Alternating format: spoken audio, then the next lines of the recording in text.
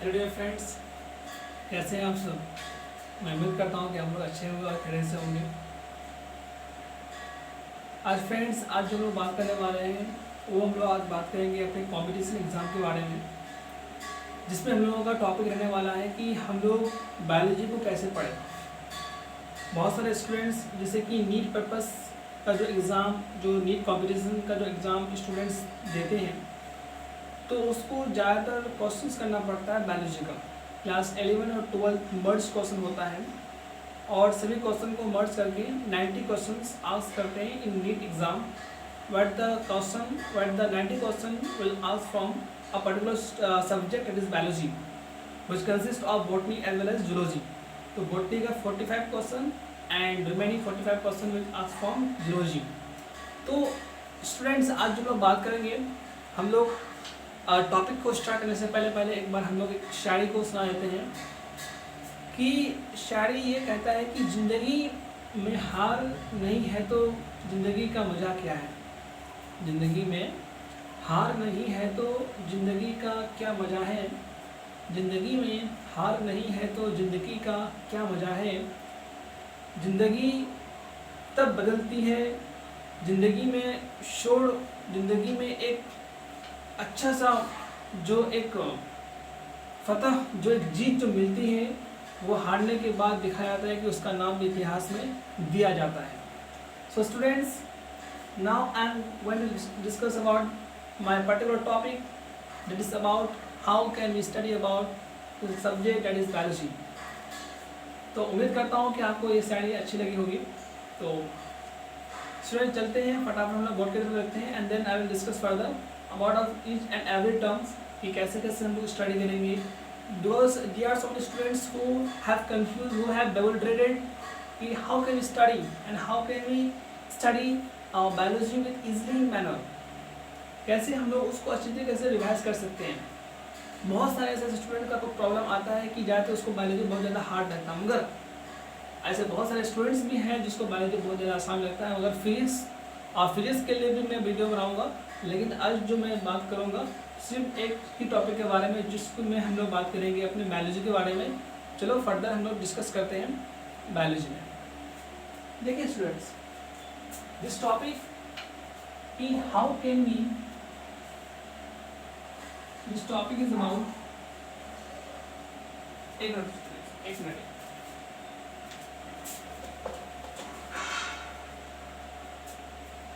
How can we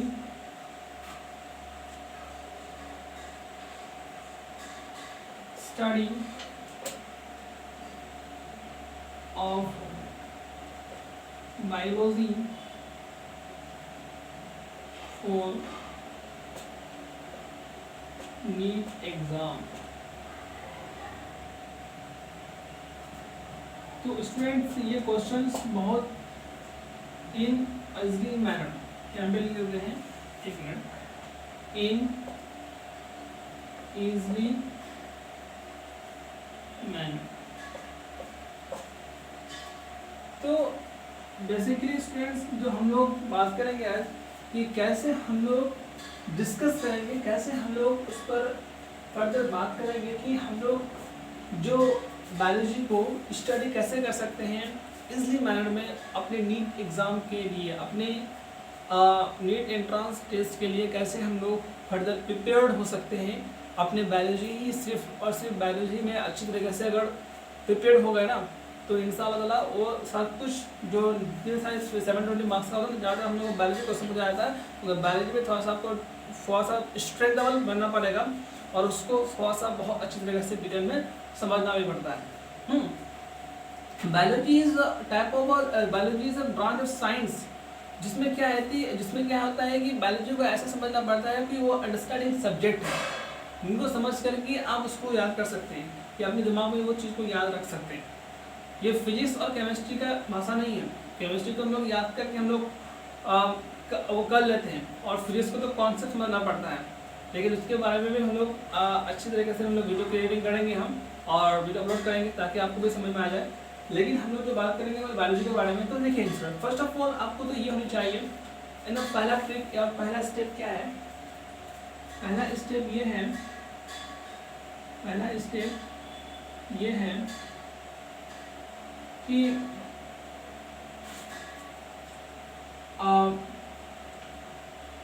go to study या go to learn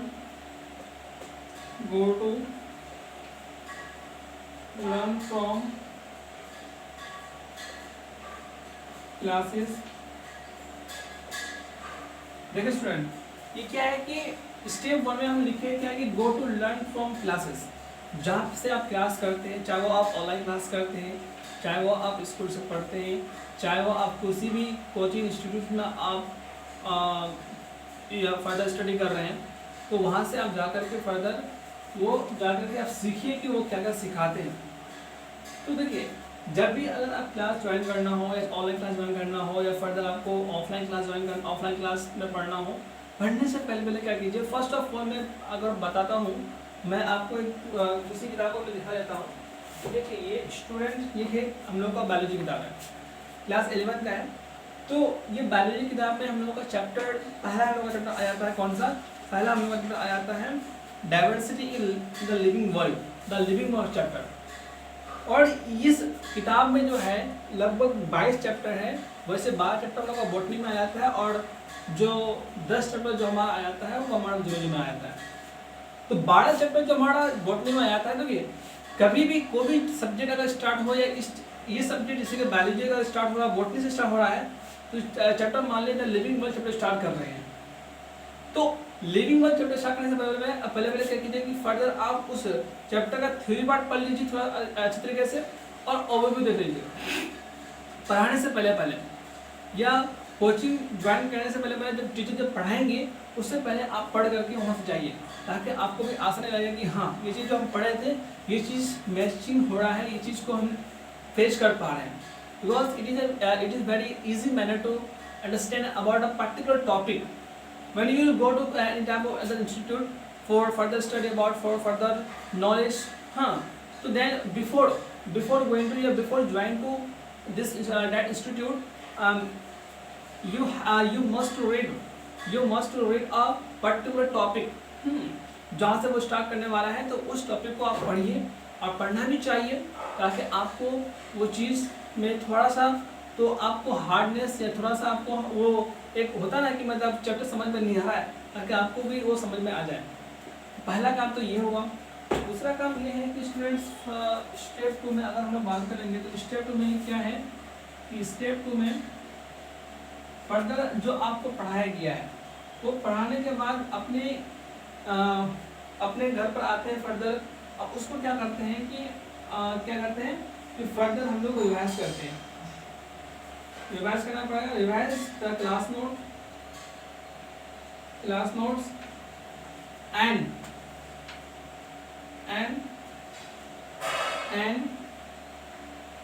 study NCERT. मैंने आपको एक किताब दिखाया, वो किताब एनसीईआरटी का था।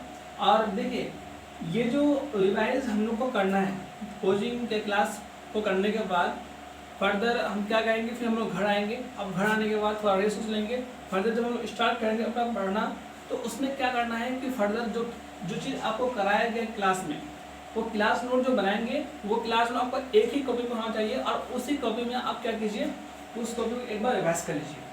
अच्छा रहेगा, रिवाइज कर लीजिए। रिवाइज करने के बाद क्या कीजिए, फर्दर आप उसी चैप्टर, जैसे कि चैप्टर अगर मान लेते हैं लिविंग वर्ल्ड चैप्टर हम लोग स्टार्ट कर रहा है ना, लिविंग वर्ल्ड चैप्टर जब स्टार्ट किया हम लोगों का, तो जहाँ तक वो लिखाया, जहाँ तक वो पढ़ा है उसको समझ जाइए, उसको रिवाइज कीजिए। फिर फर्दर क्या कीजिए कि अपने एनसीईआरटी को स्टडी कीजिए। एनसीईआरटी को बिना एनसीईआरटी स्टडी किए हुए, बिना एनसीईआरटी सॉल्व किए हुए आप क्वेश्चन सॉल्व ही नहीं कर सकते हैं। आप सोचिए कि मैं क्लास नोट पढ़ के मैं फिर अच्छी तरीके से प्रिपरेशन कर लूँगा, इट्स नेवर, या बिकॉज इट्स इम्पॉसिबल। तो you must read the NCERT each and every line with understanding, with comprehensible तरीके से आपको समझना पड़ेगा। ठीक है, NCERT को रीड कीजिए। रीड करने के बाद क्या कीजिए, फिर अपने से और अंडरलाइन करके उसको समझते हुए चलिए, तो ताकि आपको भी आसानी लगे। और जहाँ पे भी डाउट्स हो तो वो डाउट्स को अपने टीचर से या अपने मेंटर से क्या कीजिए, फर्दर डिस्कस कीजिए, अपने फ्रेंड से डिस्कस कीजिए, ताकि वो आपको आसानी लगे। ठीक है। तो और एक बात मैं और कहना चाहूँगा अपने बायोलॉजी के ही टॉपिक से, कि बायोलॉजी में जितने भी सारे फिगर बेस्ड क्वेश्चन आते हैं, जैसे कि मैं आपको दिखाना चाहूँगा, जैसे कि मान लेते हैं द लिविंग वर्ल्ड चैप्टर, ये नहीं लेकिन मान लेते हैं फर्दर बायोलॉजिकल क्लासिफिकेशन, मान लेते हैं ये वाला किंगडम मोनेडा। तो किंगडम मोनेडा जैसे कि हमारा आया था फर्स्ट किंगडम या फर्स्ट किंगडम आया था है, और किंगडम मोनेडा का जैसे कि ये फिगर आपको दिख रहा होगा, ये फिगर आपको दिख रहा होगा, स्पोर का bacteria of different shapes, bacilli, spirilla, vibrio, ये अलग अलग से बैक्टीरिया है, कॉकी। तो डायग्राम बायोलॉजी में मस्ट है, आपको समझना, आपको उस पर देखना बहुत ज़रूरी है, और डायग्राम को भी समझना बहुत ज़रूरी है। जैसे कि कॉकी बैक्टीरिया हो जाता है जो राउंड शेप का होता है, बेसिली जो बैक्टीरिया जो होता है, और स्पेलिया, स्पेलियम, विब्रियो क्लोरे। तो ये सारे के सारे जो भी सारे मतलब फिगर बेस्ड क्वेश्चन आता है, या फिगर बेस्ड आपको समझना पड़ेगा एनसीईआरटी को, वो फिगर से ही आपको समझना पड़ेगा। थ्योरी पार्ट तो पढ़ लेते हैं, मगर फिगर आप पढ़ना छोड़ देते हैं, या उस पर अंडरलाइन किया हुआ नोट्स जो भी सारे मेन एक्टिविटी बेस्ड क्वेश्चन होता है तो उसको भी किया कीजिए, ताकि आपको एनसीईआरटी देखेगा 1-2 महीना के अंदर आपको एनसीईआरटी बहुत ही आसान लगने लगेगा, जब आप इस तरीके से आप फर्दर अपना सिर्फ और सिर्फ बायोलॉजी को अगर इस तरीके से आप पढ़िएगा तो फर्दर आपको बहुत ही ज़्यादा आसान लगेगा। मैं आपको बहुत कुछ देखना चाहूँगा, बाकी ये सब पॉइंट्स हैं, और जो मैं आपको कहा तो उसको अच्छी तरीके से कीजिए। और मैं भी एक तरह का एस्पायरेंट हूँ for NEET, now I am studying class 11। Recently मैं भी एडमिशन किया हूँ क्लास 11 में, और मैं भी आपके भाई और बहन की तरह मैं भी स्टडी कर रहा हूँ अपने नीट पर्पज़ के लिए।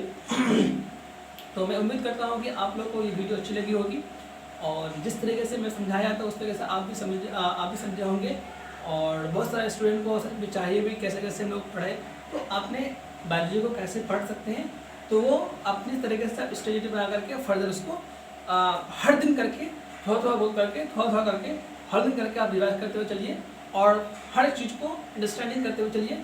आपको इंशाल्लाह 1-2 महीना के बाद क्या होता है कि क्या होगा कि मतलब आप जो भी डाउट्स है, जो भी आपको परेशानी है, जो भी आपको बहुत ज़्यादा हार्ड लग रहा है, वो चीज़ धीरे धीरे क्या होगा कम होते हुए चलेगा, और आपको लगने लगेगा कि हमारा जो बायोलॉजी है बहुत ज़्यादा आसान सब्जेक्ट है।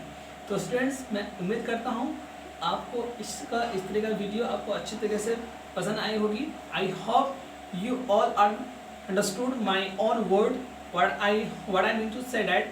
So students, thank you. जय हिंद, जय भारत।